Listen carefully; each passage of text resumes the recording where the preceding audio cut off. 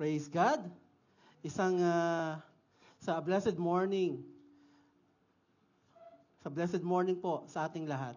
And a blessed morning to those who are watching online, to our brothers and sisters who are staying at their home, watching us and listening to the Word of God.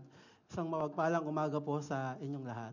Praise God. So let us, sandali po tayong yumuko, and let us bow down our heads and let us pray to ask the guidance of the Holy Spirit.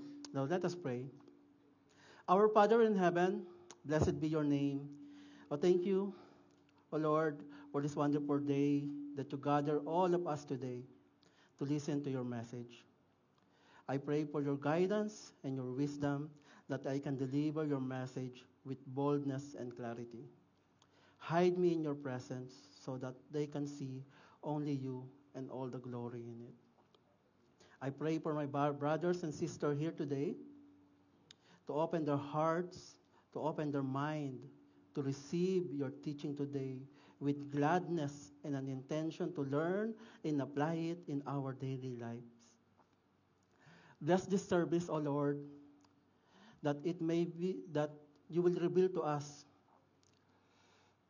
that it is a time for our spiritual renewal and reminder for our purpose in your kingdom. Lord, thank you sa umagang ito. In Jesus' name, amen. Amen. Praise be to God. Isang mainit-init na umaga po sa ating lahat. And I hope and I pray na lahat tayo ay safe sa pagpunta natin no, sa lugar na ito. Iningatan tayo ng Panginoon. Dahil alam ko, pag nakita ko kanina, no, some of other brethren, when they enter here, parang kakalabas lang nila ng shower. Sobrang pawis. Amen? So, purihin ang Panginoon at sa kabila ng harsh weather outside, ay dinala niya tayo dito sa lugar na ito. Amen po? So, let us continue in our teaching, in our theme for actually we are already running on the third month of our series of the parable series. So we started last June. Now we are running on the third month. It's already August.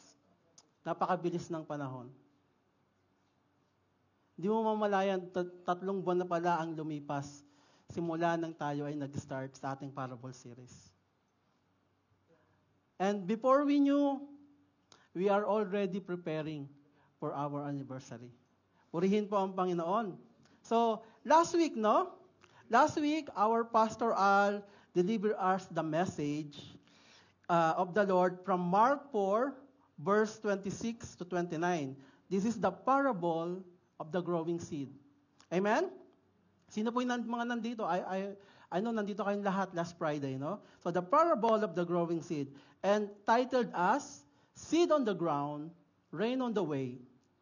And binigyan to ng subtitle ng ating pastor na, Trusting God with the Seed You Can't See Growing. So last week,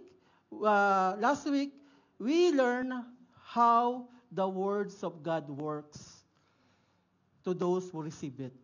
So ang sabi ng Panginoon, we learn how the words of God works for those who have heard the message of the Lord. So we are encouraged to steadfastly do our works. Ayun.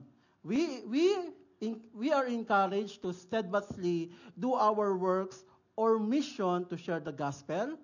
And natutunan din natin that we are assured that God is working on the small seed even though we cannot see it in our own eyes. And natutunan din natin doon that we are guaranteed of a successful harvest.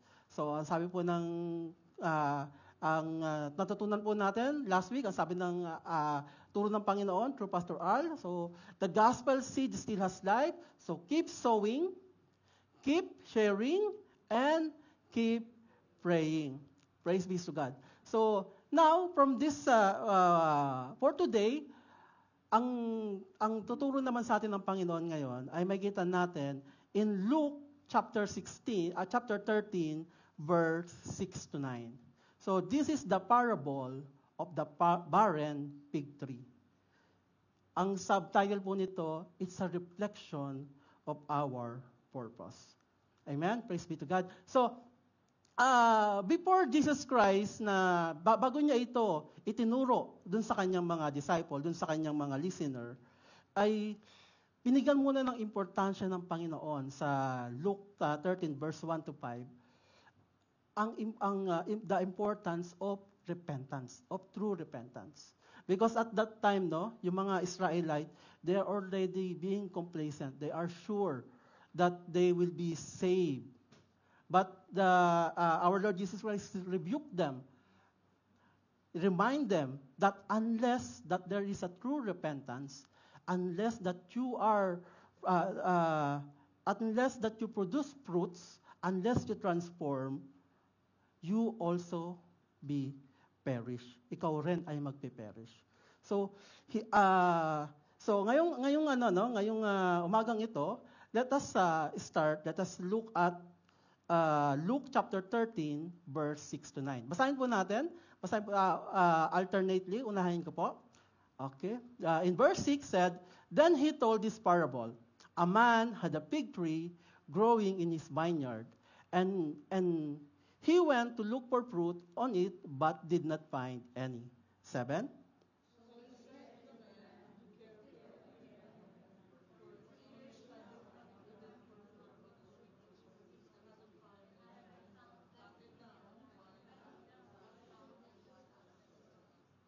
Amen. And in verse 8, "Sir," the man replied, "leave it alone for 1 more year, and I'll dig around it and fertilize it." Verse 9.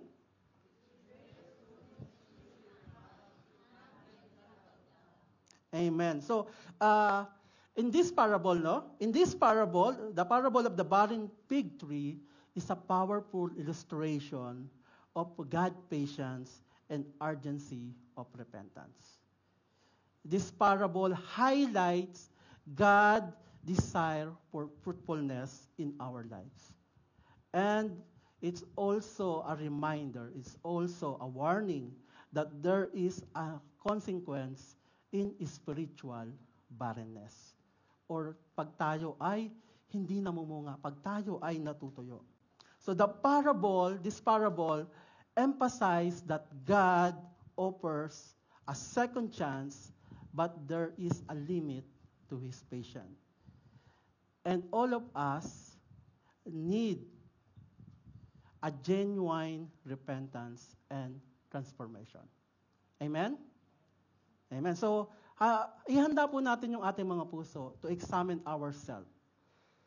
If we are a bearing fig tree sa mata ng ating Panginoon. So, let us look at the verse, no? In verse 6, sabi diyan, "Then he told this parable, a man had a fig tree in his vineyard." First, let's take a look at the fig tree. Ano ba yung fig tree?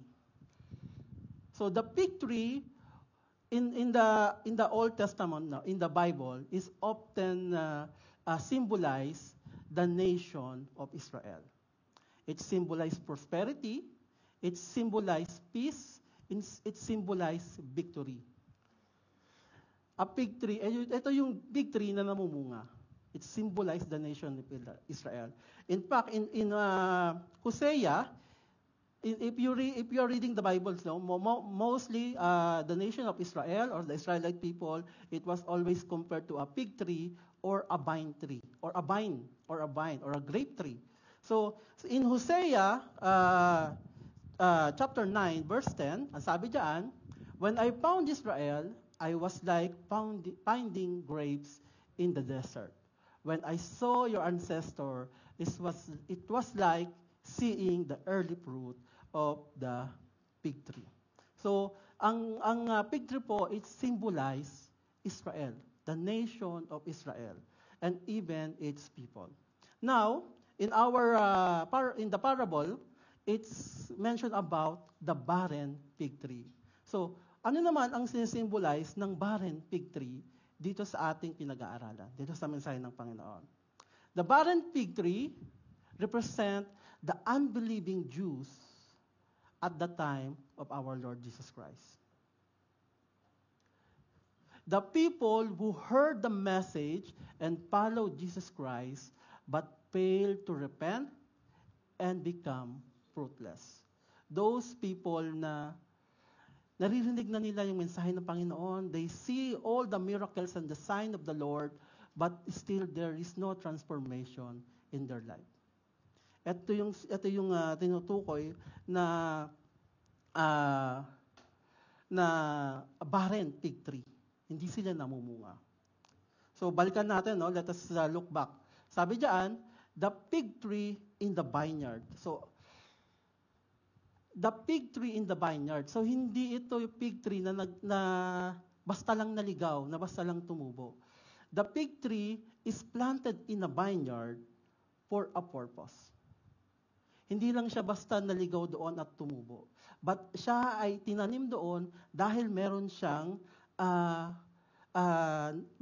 pakinabang o meron siyang purpose na gustong gawin ng ating Panginoon.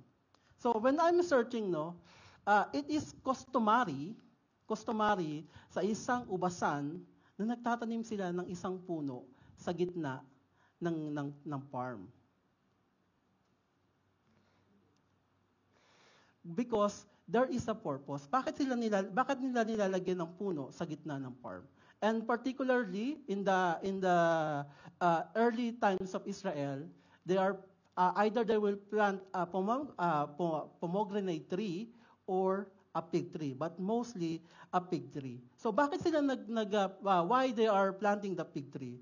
This is to provide shades or resting place for the vine keeper.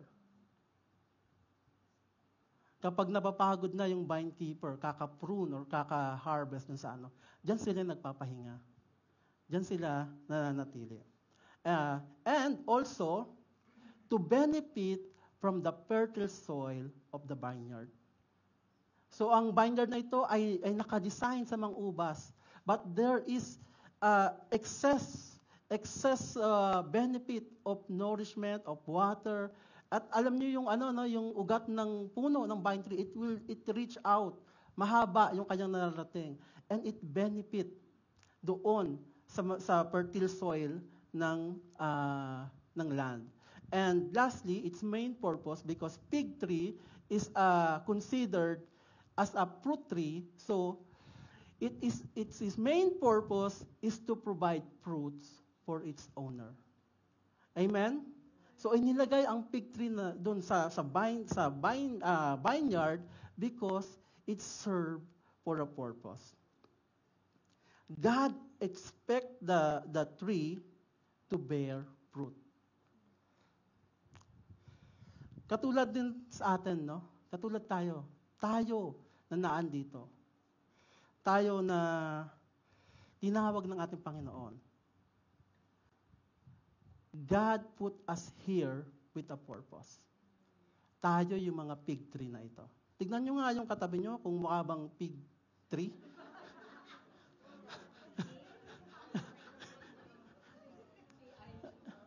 Fig tree po, FF, hindi po Mukha ba? Amen. Amen. So sabihin mo sa katabi mo, God planted you here for a purpose. Amen. God expects you to bear fruit from those who blesses, for those who give favor, for those who receive the message of the Lord, for those who receive salvation. God expects you to be fruitful. God expects His people to bear fruits. This is not optional. This is not optional, but a natural outcome of a genuine relationship with our Lord. Amen? So what type of fruit ba ang hinahanap ng ating Panginoon? What type of fruit na we need na hinahanap sa atin ng Panginoon? So tignan niyo uli yung katabi niyo. So mainit sa labas. Hindi yan, bungang araw po yung nakikita niyo. Amen. So joke lang yan. So anong hinahanap ng ating Panginoon sa atin, no? Ayon. What kind of fruit? Okay, mali yun. God is looking from you. So, sorry po, medyo nagkagulo-gulo yung aking slide. So, ano yung hinahanap na prutas sa atin ng ating Panginoon? Of course, a fruit that proves that you are His disciple. Sabi sa John 15 verse 8, "My Father is glorified by this, that you bear much fruit, and so prove that you are my disciple." Ang totoong follower ng ating Panginoon, ang totoong tumanggap sa ating Panginoon, they are a fruit-bearing tree. This is a proof that we are following the teaching of Christ. Amen? And second, syempre, ang hinahanap ng ating Panginoon is the fruit of the Spirit. Ito ang hinahanap sa atin ng ating Panginoon. So, ano yung fruit of the Spirit? Ayun. But the fruit of the Spirit, basahin po natin, Galatians 5:22 to 23.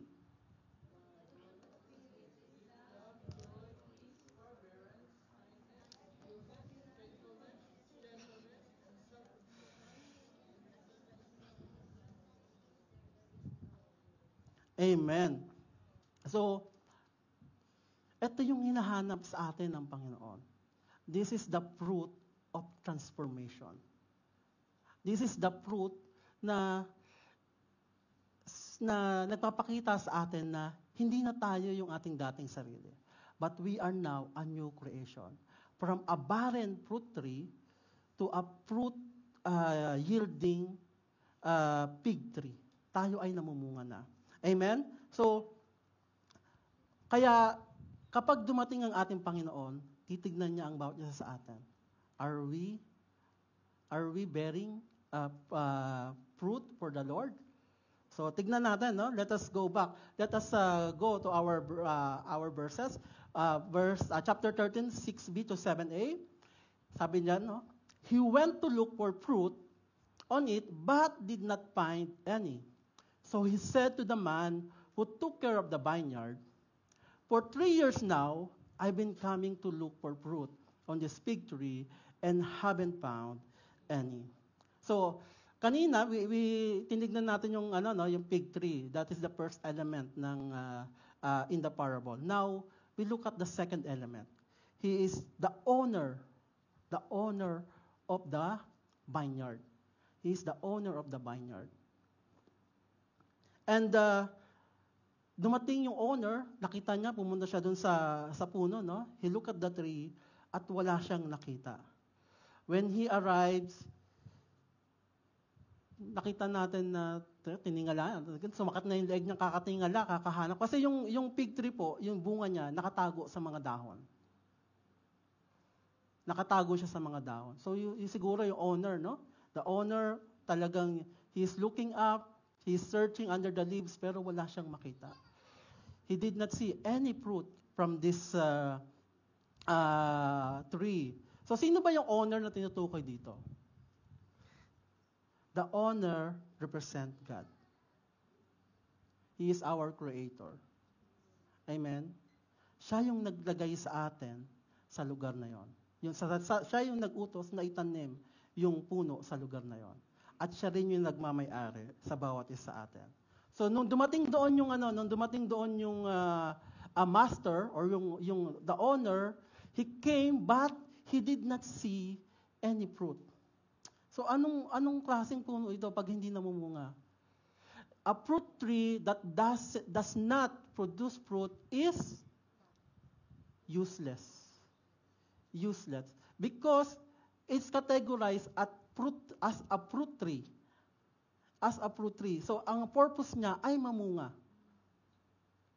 Hindi lang siya, hindi siya yung katulad ng mga puno na hindi namumunga. They have another purpose. But this tree is categorized as a fruit tree. So, that tree should produce fruits. So, kung hindi siya namumunga, it is useless. It's a waste of space. It's a waste of space. Dapat, imbis na yung puno na to ay napapakinabangan, but nag-inoccupy niya yung isang lugar.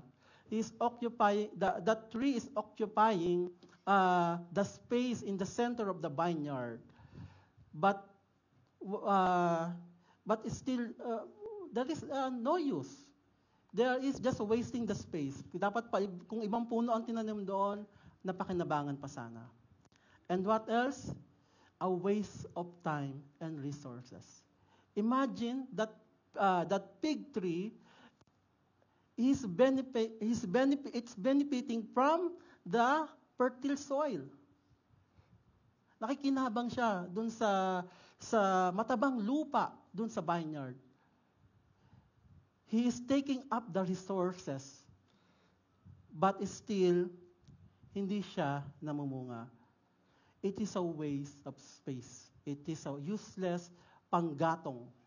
Panggatong. So wala namang mukhang panggatong dito sa atin, no? Medyo kulay-uling lang, pero walang panggatong sa atin.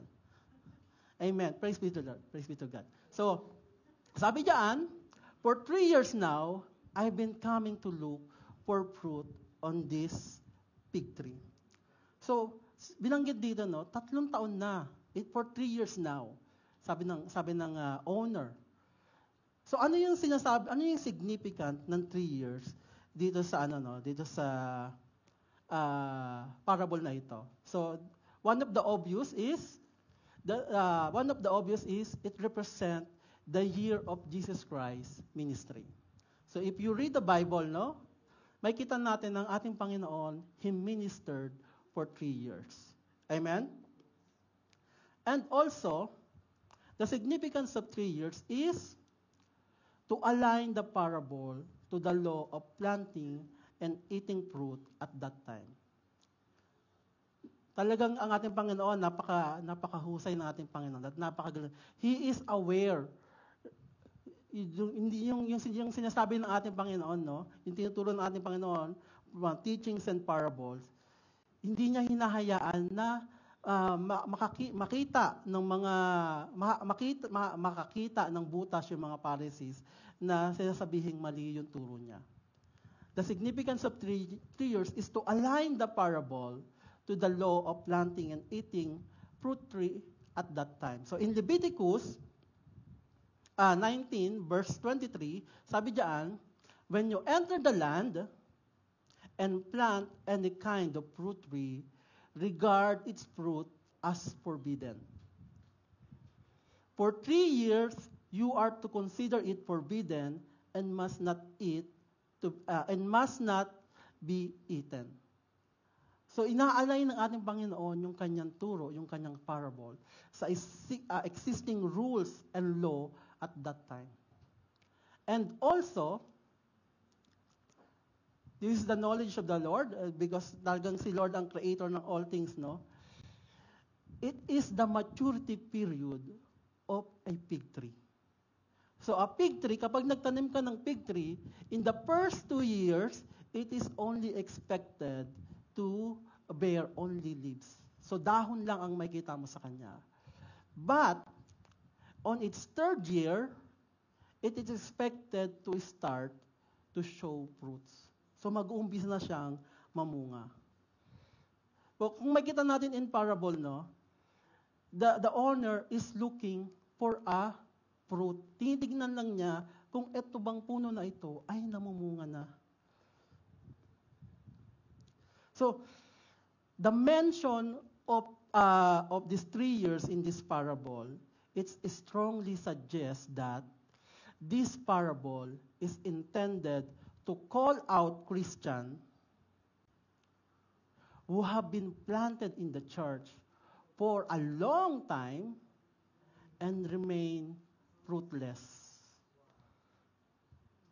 Nilagay tayo ng Panginoon dito. You are planted for a reason. At the Lord God, He is not talking about baby Christian here. He is talking a 3-year-old Christian, a mature Christian.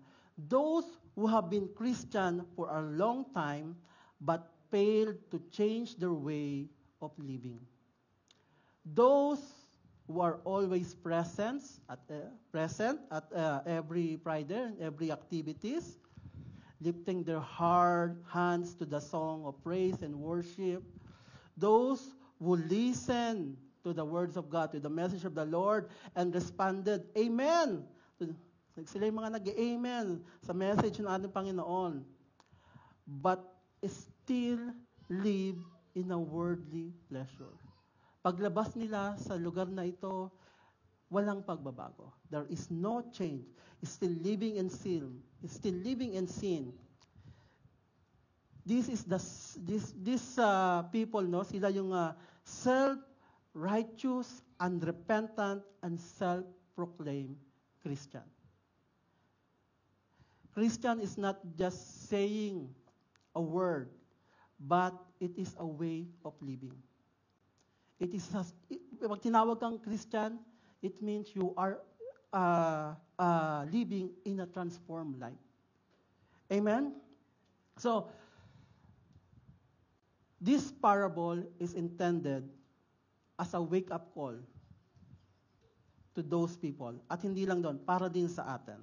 So, let's look back again sa fig tree.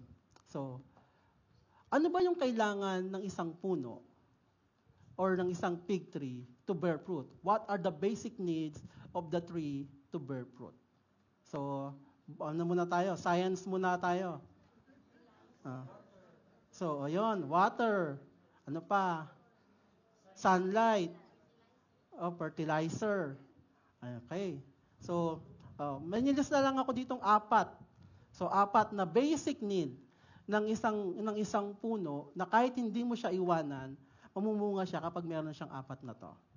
So, the first one, sunlight. Sunlight. So, fruit tree needs sufficient sunlight for photosynthesis. Medyo malalim na yun. Kung naalala nyo pa. Photosynthesis. Ito yung, kung naalala nyo yung mga kaedad ko dito, no? Ito yung ginagamit ni Scheider para magpalit siya ng photosynthesis. So, it is a process by which the plant or the leaves convert the light energy for food growth. So, ito yung ginagamit ng puno o ng isang halaman. A lack of light can stress the tree and reduce fruit yield. Kapag hindi nasisinaga ng araw ang isang puno o isang halaman, naapektuhan yung kanyang pangumunga. So this sunlight also represent our Lord Jesus Christ. Because the Lord God, kung babasahin natin if we are reading the Bible, no, He is the light of this world. Amen? It represents Jesus Christ as the light. And secondly, water. It needs a sufficient amount, an adequate amount of water. Ito yung hinihigop ng mga ugat at dinadala sa kanyang mga sanga. It is carried to the branches, to the leaves, to the flower, to bear fruit. At ngatlo, nourishment from the soil. So lupa, matabang lupa. Kailangan ng isang halaman ang matabang lupa. And second,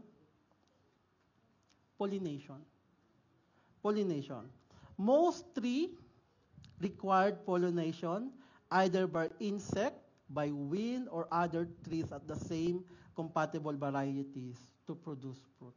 So yung pollination po, ito yung pollen na nandun sa male part ng flower na natatransfer dun sa female part ng flower at ito ay nagpo-produce ng fruits. So, maaring yung pollination, maaring by the winds, or maaring by yung mga insect, yung mga butterfly, yung mga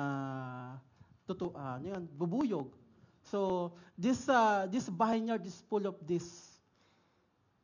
So they are helping the tree to be pollinate para they're helping the tree for the pollination process para sila ay mamunga. So itong ano na to, no, itong fig tree na itong fig tree na pinag-uusapan natin dito, he is already planted in the center of the vineyard. At yung yung grapes, mabababa lang sila. At ang puno ng fig tree ay mataas. So he have sufficient sunlight.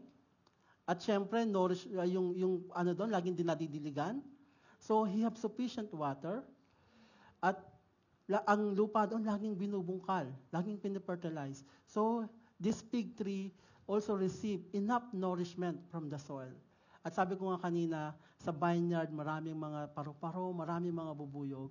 So, there is external help for the pollination process. So, nare-receive ito ng lahat. So, bakit yung fig tree na ito, it remain unfruitful? Bakit naging barren ang puno na ito? So, again, let us look back. Ano ba yung mga reason why people don't bear fruits? Bakit yung mga believers, yung mga Christian, the so-called believers and Christian, ay napakatagal na. They are here for a long time listening to the word, receiving a lot of teaching from the Lord, ay hindi namumunga. Bakit sila ay nananatili? So, from the picture itself, no? People still live in darkness, losing sight of the light, losing sight of sunlight, losing sight of our Lord Jesus Christ. People still live in darkness to hide their sinful living. They hated the light because it will expose the worldly things that they are still doing. Ano ba yung mga tinatago natin sa kadiliman? But maraming mga Christian pa rin na naandito, but they're still returning to the light because they are hiding their sinful living. So, andyan yung anger, andyan yung pride, andyan yung lust, yung sexual immorality, wrong relationship, envy, greed, gluttony, and laziness. Ito yung mga bagay na itinatago natin sa kadiliman. All the evil deeds done in darkness will be exposed in the light. Kaya maraming mga so-called believers, they're still living in darkness. In John chapter 3, verse 19 to 21, nababasa niyo po ba? Sige po, pakibasa po ng nakabasa.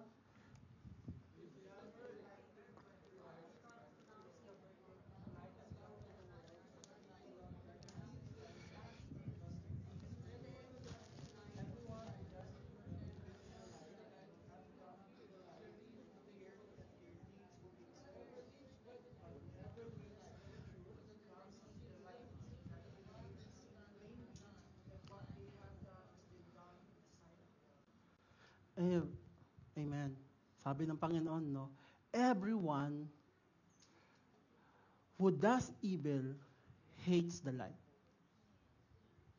That is one of the reason. Bakit? Ang tagal na natin, hindi pa tayo namumunga.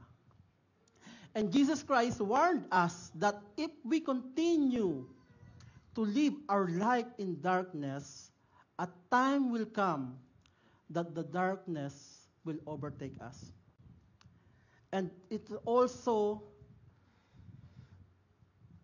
our Lord God, calling us in urgency of following and believing the light, because a time will come that it will be out of our reach. Darating ang panahon na hindi na natin makikita pa ang liwanag. We will be overcome by darkness. Pakibasa po ulit, John chapter 12, verse 35 to 36.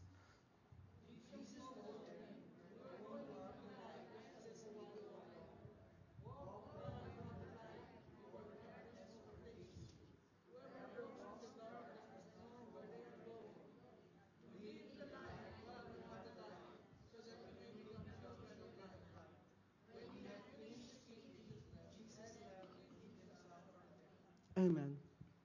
This is the message of the Lord. It is a warning.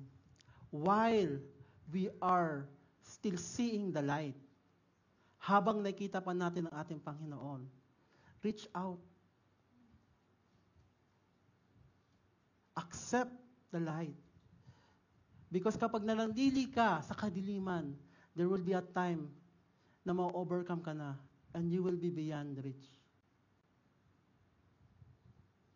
Second is people misunderstand the nature of salvation. So sometimes people, they are still doing, they still understand the word salvation is by doing good works. Hindi po good works based ang ating salvation. But it is the grace of our Lord Jesus Christ. So, and some people, they misunderstood that if we receive salvation now, if I accept Jesus Christ now, I will be saved. Yes, that is true. Yes, that is true. If you accept Jesus Christ, you will be saved. But it should be a true acceptance. It should be acceptance with repentance. Hindi po basta automatic lang ang salvation. There should be a transformation in our life. That's the sign that you truly receive salvation, or you truly receive the living water. So in John chapter 4, verse 13 to 14, sabi diyan, Jesus answered, "Everyone who drink this water will be thirsty." So he's talking about the Jacob's well. "But whoever drinks the water I give them will never thirst. Indeed, the water I give them will become in them as a spring of water welling up to eternal life." Hindi ibig sabihin na the design of the Lord na kapag tinanggap natin siya, yes, we will be saved. But that is only effective when we truly accept Him as our Lord and Savior. Not just by mouth, but by our way of living. So minsan yung mga tao, nagkakaroon sila ng false sense of assurance. Na kapag tumanggap na ako, ito na yon. Wala na akong kailangan gawin. I don't have to do anything. But according to our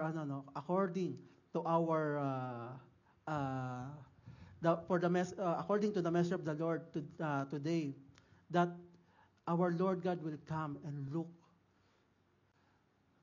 sa bawat isa sa atin if we are bearing the fruit of transformation.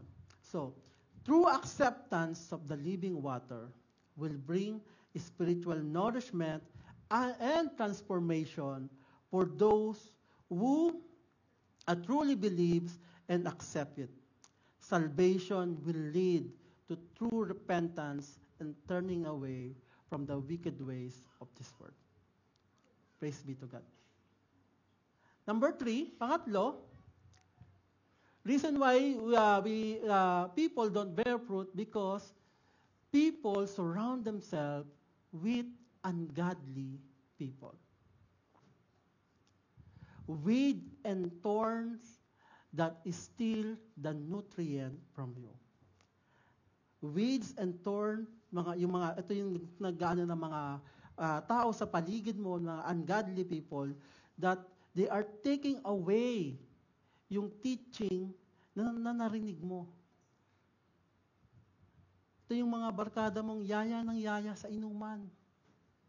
O tara, inom tayo. Isang tagay lang, ha? Paunti-unti, minsan lalong napapadami. So in 1 Corinthians, verse 15:33, do not be misled, bad company corrupts good character. So imbis na nag-i-sprout ka na, imbis na namumulaklak ka na, yung nutrient na para i-transform yung bulaklak na ito into fruits, mapupunta pa dito sa mga damo, dito sa mga weeds, dito sa mga thorns na ito. Sabi diyan, it's dito sa 1 Corinthians, it is a warning against deception. Sabi diyan, do not be misled, implying the negative influence of bad company. Ang hirap i-detect ng mga bad influence na ito. Sometimes sa trabaho natin, it's like just a normal thing to do. Hindi natin alam na nami-misled na pala tayo. At this misleading, it can also be easily overlooked. Lalo na if that person or that group ay kilala natin, lalo mga barkada natin. Minsan na-overlook natin yung pagiging bad influence nila. We are just treated as a joke. But ito yung sumisira, ito yung nagiging isa sa mga dahilan kung bakit hindi natutuluyang mamuo yung bunga sa atin. Because imbis na dadalhin ka dito sa church, imbis na attend ka ng discipleship class, hihilahin ka doon sa sale. May sale daw doon sa SIP Mall. Ayun, H&M daw sabi niya. Ate, Okay. So, it is sabi niya, bad company corrupts good character. It illustrates the point about the danger of negative influence. The people we spend time with can significantly impact our own character and behavior. So, associating with those who have poor morals or bad habits can lead to erosion of our own good moral and character. Imbis na nandun ka na sa godly living, babalik ka uli sa dati mong pamumuhay. It puts our spiritual life in danger. Bad company extend beyond just everyday social interaction, but also applies to the spiritual matter as well. Choosing companions who are not aligned with God's will can lead one away from faith towards sin. Spending your time with ungodly people takes away your time with God and hinder you to develop and bear spiritual fruit. It will hinder you para ikaw ay mamunga. Fourth is, people refuse to have fellowship with others. O sa kanila pag-aaral natin, it's pollination. This is receiving the testimony of other people. This is the refusing the encouragement of other believers. So when I read the process of pollination, there are two types of pollination. So there is a self-pollination and there is a cross-pollination. So self-pollination, it is the pollen coming from the same flower. So siya yung magpo-pollinate sa sarili niya. And the second type is cross-pollination. This is from pollen from another tree or from another flowers. And studies show that cross-pollination produce much better fruit. Katulad din sa ating katulad din sa ating pamumuhay in our Christian life. We need to continue to pollinate one another, to encourage one another. Hebrew 3 verse 12, see to it, brothers and sisters, that none of you has a sinful, unbelieving heart that turns away from the living God. So we need to continue to encourage yung bawat isa para sila ay mamunga. Yung some of us mahihiyain, some of us they are kumbaga loner, ayaw nilang may mga makakasalamuha. But we need to reach out to them, encourage them. Some people they refuse to have a fellowship with other believers.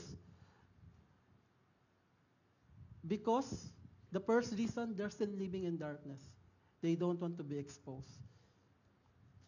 They don't want to leave the worldly things behind. Kapag sumama sila sa ibang believers, malamang may expose sila. That's why they are not bearing.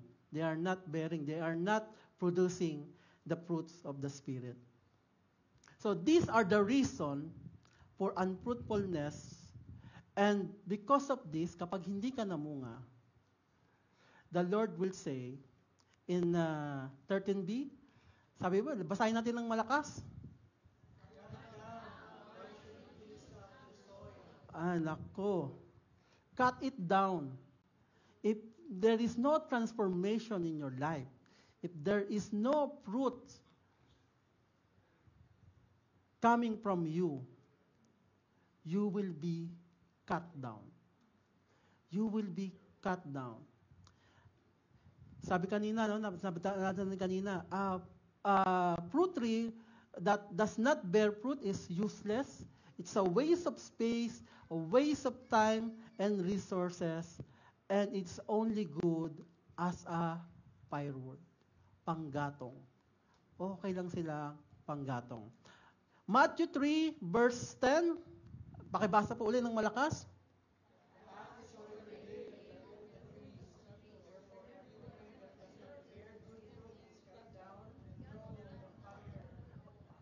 Wow. This is a warning. The axe is already laid at the root of the tree. Andyan na yung palakol. Nakahanda na.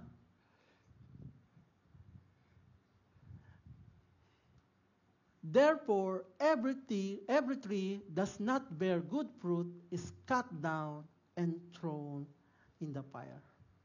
This is the consequences of unfruitfulness. But praise be to God, no? In Luke 13, verse 8, sabi ng Panginoon, no? Sir, the man replied, leave it alone for 1 more year, and I'll dig around it and fertilize it. This is the Lord. This is the Lord God offering a second chance. May second chance. Kung yung ex mo hindi ka binigyan ng second chance, si Lord nagbibigay ng second chance.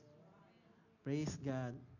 So sabi ng Panginoon, leave it alone for 1 more years, and I'll dig around it and fertilize it. Sabi ng Panginoon, yung ano dito, no, yung vine keeper dito, no, it represents Jesus Christ interceding for us.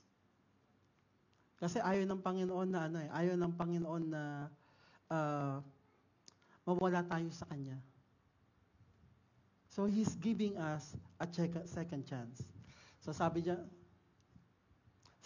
the vine keeper or Jesus Christ intercede for us. This reflects God's patience. Sabi ng Panginoon, wag muna. 1 year pa.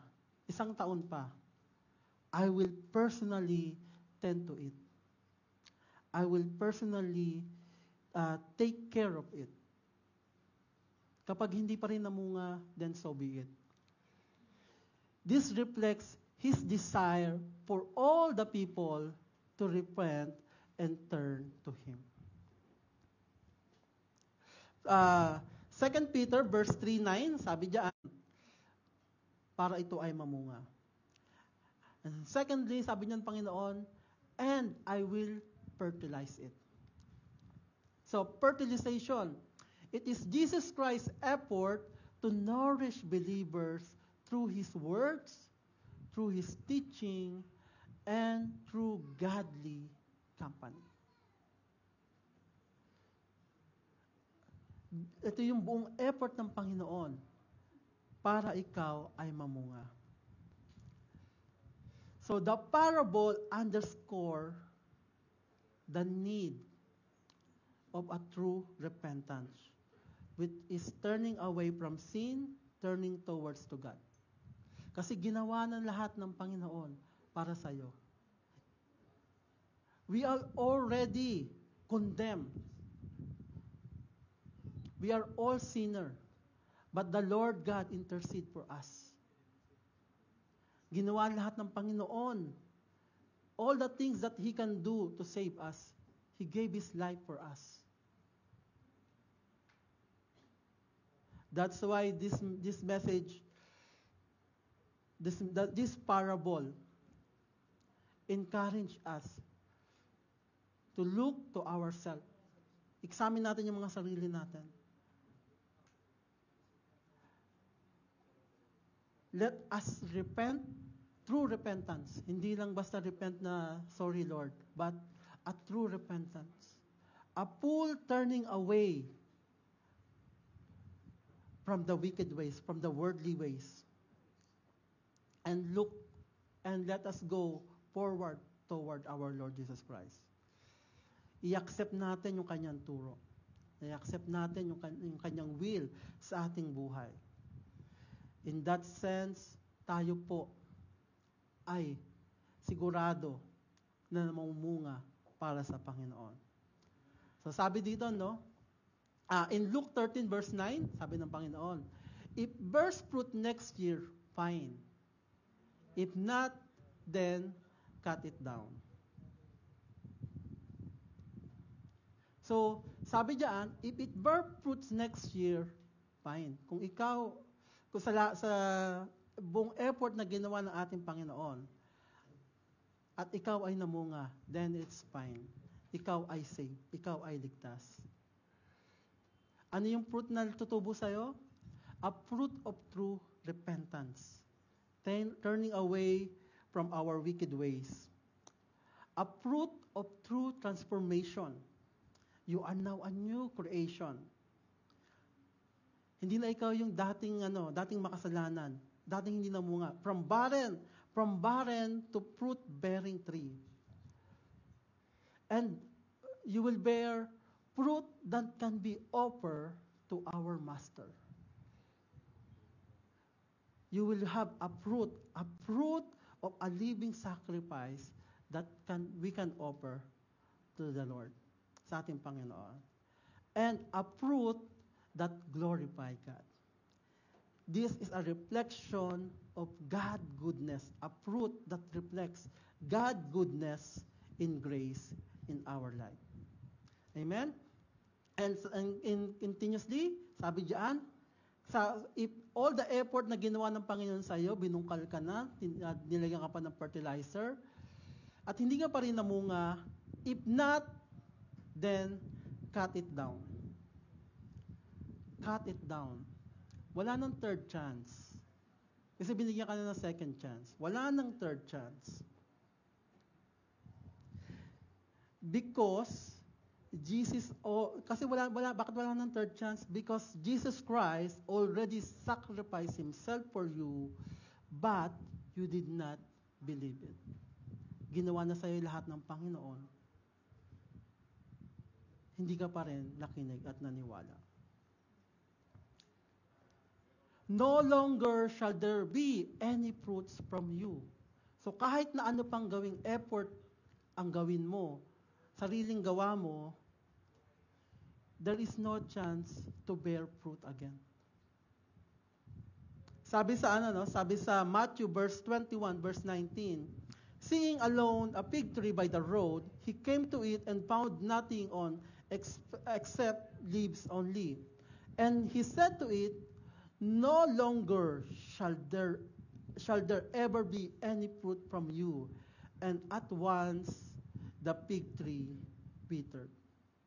So wala na po. Wala ka ng pag-asang mamunga pa.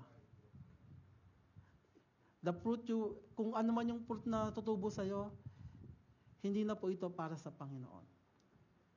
And lastly, you will be cut down and thrown in the fire. Ito yung binasa natin kanina. The axe is already laid, ready na para ikaw ay putulin.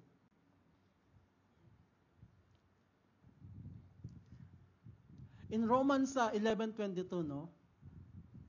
makita natin dito, notice how God is both kind and severe.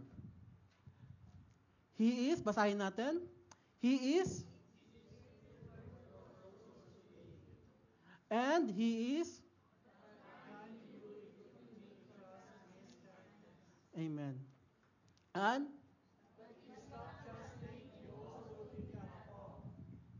Amen. Praise God.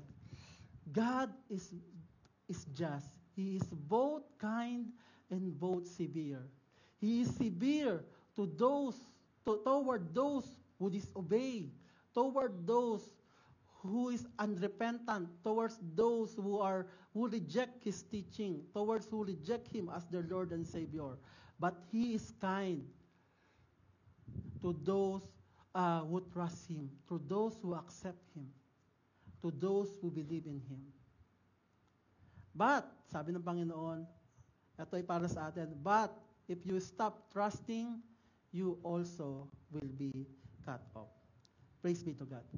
So, this message of the Lord, it reflects our own spiritual life. So, tignan natin yung ating mga sarili.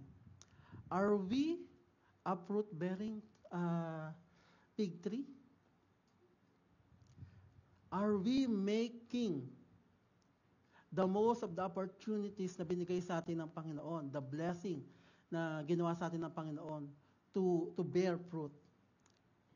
Are we seeking God's grace and responding to His call for repentance? Tayo ba ay tunay na nagsisi sa ating mga kasalanan? So in conclusion, we are planted for a purpose. We are not just a design. We are not just decoration dito sa church, dito sa vineyard ng ating Panginoon. But we are planted for a purpose. Bearing fruit is natural for all true believers of Jesus Christ. Ang mga mananampalataya ng Panginoon ay natural na namumunga. Don't take God's patience for granted. Darating ang time na hindi na natin maabot ang ating Panginoon kapag ikaw ay nalunod na at nababad na sa kasalanan. Use this time of grace to turn to Him and bear fruit. Amen? So, to those who are still struggling with barrenness, we need to seek God. Seek God helps through our prayers, through reading our Bible, through His Word, and through the support of other believers. Amen? So let us bow down our head and close in prayer. Hallelujah. Our Father in heaven, we thank you for your message for today. Thank you for reminding us of our purpose in your kingdom. We continuously to ask for your guidance and wisdom. May your teaching for today penetrate our heart and help us to bear fruit that is pleasing to you. This message is a wake-up call for those still living in sin, a call for a true repentance, Thank you, Lord, that you are giving us a second chance to turn away from the wicked ways of this world and avoid the punishment of being cut off away from you.